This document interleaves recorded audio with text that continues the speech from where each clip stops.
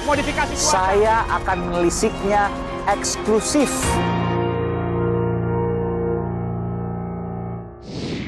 Saudara, saya sudah bersama dengan Koordinator Masyarakat Anti Korupsi Indonesia, MAKI, Bung Boyamin Saiman, yang kemarin baru saja gagal memperadilankan kasus kong kali kong korupsi di DKI, pembelian tanah tahun 2015, gagal total.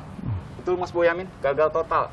Betul, itu kan baru 4 kali. Kalau 4 kali? ya, 4 kali pra-peradilan? Iya. Jadi gimana kesalahannya? Kan pra-peradilan memang tidak mengenal, salah satunya adalah SP3. Kan belum ada SP3-nya, kasusnya masih berjalan di Polda Metro Jaya, meskipun menurut Mas Boyamin mangkrak, gantung, bukan hubungan aja yang gantung. Mangkrak 5 tahun, dan untuk kasus-kasus tanah ini sepengalaman saya dulu ngurusi di pembebasan lahan di Tol Semarang-Ungaran, di Alas Jatirunggo itu nggak sampai 2 tahun kelar kok gitu. Dan kemudian di Gorontalo juga gitu, pembebasan lahan oleh Kejaksaan Tinggi 2 tahun kelar, sudah disidangkan itu. Nah, justru yang Cengkareng itu kan sudah saya gugat 4 kali pun masih seperti siput, bahkan bergerak aja enggak. Saudara, saya mendapatkan informasi, saya akan konfirmasi ke Mas Boyamin bahwa kasus dugaan korupsi tanah di DKI Jakarta yang terjadi pada tahun 2015 ini ada hubungannya dengan kasus dugaan korupsi tanah juga pada 2021 ini, yakni suami istri. 2015 diduga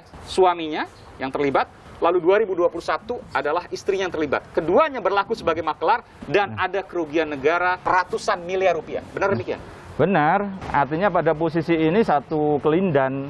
Ternyata ini pengadaan lahan itu yang kemudian diduga bermasalah adalah melibatkan orang-orang yang sama juga gitu. Benar, ini luar biasa. Artinya ada 2 kasus dengan dugaan ya. Dugaan orang yang sama, kelompok yang sama dengan motif yang purba. Jadi menunjuk makelar, naikin harga tanahnya, lalu kemudian jual ke pemerintah Provinsi DKI, pemerintah Provinsi DKI dibohongin. Iya, bisa aja dibohongin atau sama-sama ikut bohong kan, dugaan loh ya. Pemerintah DKI juga bisa aja diduga bersekongkol dengan makelar itu untuk oknumnya ini. Iya, oknumnya itu, karena setahu saya ada lahan juga di Jakarta Timur itu bagus untuk penampungan banjir.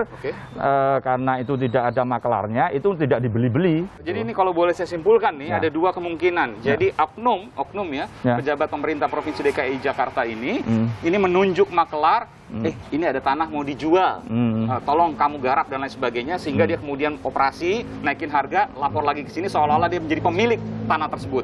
Bisa juga kemudian makelarnya memberitahukan kepada pemerintah Provinsi DKI, oknumnya, bahwa Pak, mau beli tanah nggak? Saya bisa garap semuanya. Bisa 2 hal seperti itu? Iya, istilah lebih gampangnya ini ayam dan telur duluan yang mana.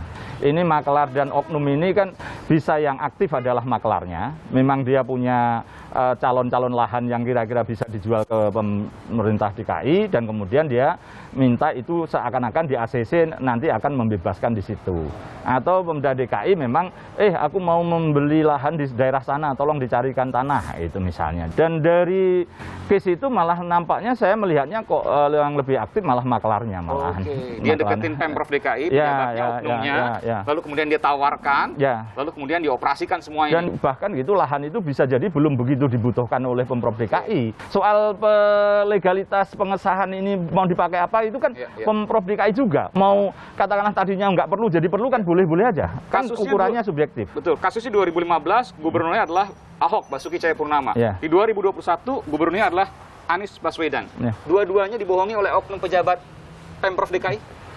Iya, sama aja juga begitu. Di tingkat bohong itu di level mana juga biar penyidikan. Tapi saya tidak percaya sepenuhnya bahwa ini pejabat level tinggi dibohongi. Bisa aja dia malah nyuruh dibohongi kan, bisa aja kan gitu kan. Ini dugaan loh ya. Tapi saya melihatnya begini, yang Cengkareng itu panjang itu, lama itu, sampai ghosting itu ya nampaknya ada kekuasaan yang besar untuk seakan-akan supaya ini tidak jalan cepat gitu. Saya bicara soal makelar. 2015 dan 2020 atau 2021 ini kelompoknya sama. Tapi nggak tersentuh hukum sampai sekarang, sakti banget. Iya, makanya itu saya tetap sabar, saya gugat pra-peradilan, dan ini pun juga dicatat loh ya, yang KPK ini kalau tidak segera diumumkan resmi tersangka dalam jangka waktu sebulan ini, yang Pondok Rangon ini? Iya, yang Pondok Rangon ini saya gugat pra-peradilan. Jadi ini kalau Maret ya April pasti saya gugat pra-peradilan. Saya khawatir nanti juga lamban lagi. Memang gitu. kasusnya susah? Iya, sederhana kalau kasusnya loh ya, penanganannya yang nampaknya susah. Bedanya di mana? Ya prosesnya ini kan saya membandingkan tadi yang Gorontalo, yang di Semarang itu cepet, paling-paling maksimal 2 tahun sudah selesai. Kalau mau serius, ini kasusnya mudah kok. Mudah karena sederhana.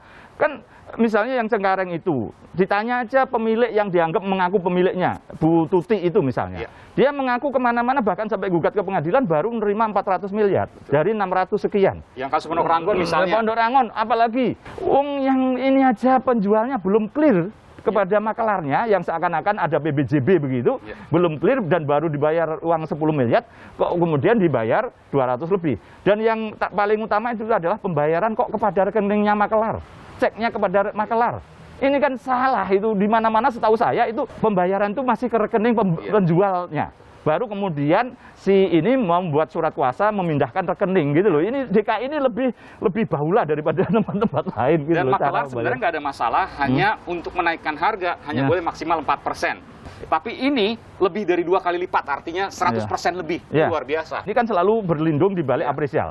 Bahwa seakan-akan Cengkareng itu apresialnya memang sekitar 600 itu. Iya. Yang Pondok Rangon juga sekitar 200 itu. Jadi seakan-akan sesuai harga apresial. Tapi apresialnya apakah kemudian harus diteliti markup atau tidak? Dan sulit kemudian untuk dinafikan kesan bahwa kedua makelar ini, ya, suami istri ini masih diduga, ini sulit untuk tersentuh hukum. Ya. Karena nampaknya dalam posisi tertentu si dugaannya loh ya, makelar ini kan mempunyai jaringan yang banyak. Kan ini sudah diakui Pak Ahok loh ya, ada duit 9 miliar untuk diberikan kepada oknum pejabat di bawahnya. Dan itu disuruh dilaporkan KPK waktu itu. Dan KPK pun nggak tahu ini prosesnya seperti apa, jelas-jelas minimal itu kan gratifikasi. Waktu itu dilaporin dari kepala dinas, ada sejumlah uang dari hasil penjualan. Saya bilang kan, penjualan apa, pembelian. Saya tanya kenapa ada duit seperti itu? Mereka kasih Pak. Kasih penjual. Saya langsung curiga. Kasih berapa? Terus saya lihat, wah miliar, belasan miliar ini. Saya bilang ini bukan kasih terima kasih nih, ini pasti ada sesuatu. Lalu saya lapor KPK, kita selidiki. Bayangan saya makanya kalau kemudian ada titik lompatan di Pondok Rangon ini, saya senang sekali.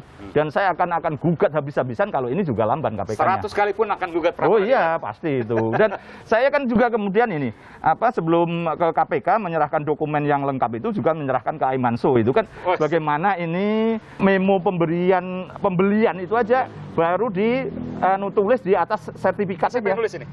Iya, gubernur saat itu, Pak Basuki Cahayapurnama, tanggal 16 bulan 6 2015. Saya bacakan dulu ya. Saudara Kadis Perumahan bisa dicek dan dibeli sesuai aturan. Ini pesan dari Pak Ahok. Iya, sesuai aturan itu pasti, itu kan. Ya dugaannya yang nakal anak buahnya lah, gitu. Sementara gitu aja, karena prosesnya tidak benar semua menurut saya. Dan ini pun tanggal 16 Juni 2015, masa penawarannya 8 Juli 2015, gitu kan.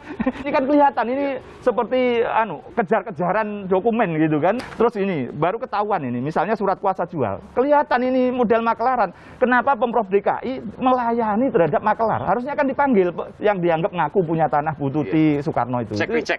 Iya, dan pembayarannya juga harus kepada ini. Misalnya ini ada kwitansinya. Yang tanda tangan Rosana Purnama. Terus ini Rudi Hartono Iskandar. Iya. Kwitansi kan harusnya dari si yang mengaku sebagai pemilik. Banyak kejanggalan. Kejanggalan. Dokumen-dokumen ini akan saya serahkan ke KPK minggu depan lah. Tapi saya pengen menghormati Aimanso, maka saya serahkan ke Aimanso dulu. Terima kasih, meskipun nanti juga di media lain juga bilang yang sama. Belum ini. Terima kasih Bung Boyamin Saiman memberikan informasi di program Aiman. Terima kasih. Ya, makasih.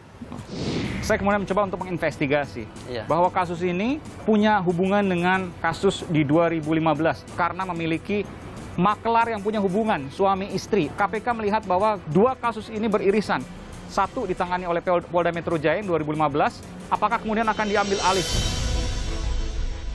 Teknik modifikasi cuaca. Saya akan melisiknya eksklusif